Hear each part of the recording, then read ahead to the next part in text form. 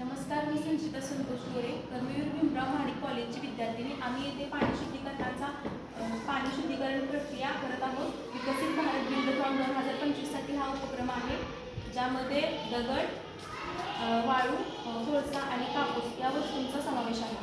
ही पारंपरिक पद्धत आहे. याच्यामध्ये 4 पायऱ्यांचा समावेश केला आहे. अशुद्ध पाणी घातल्यानंतर त्याच्यामधून वाळूत येते, वाळूमधून कोळशात येते, कोळशातून कापूसमध्ये येते.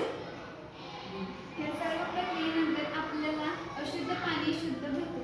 चला आपण ही प्रक्रिया करून पाहू.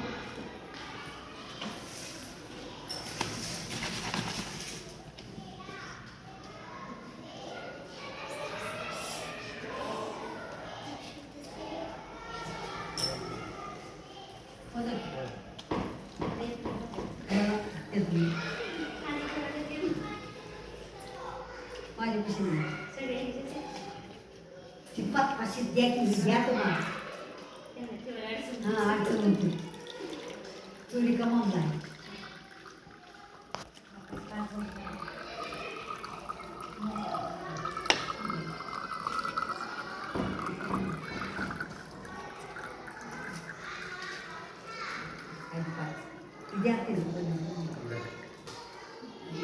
या पद्धतीने आपल्याला शुद्ध पाणी मिळतं.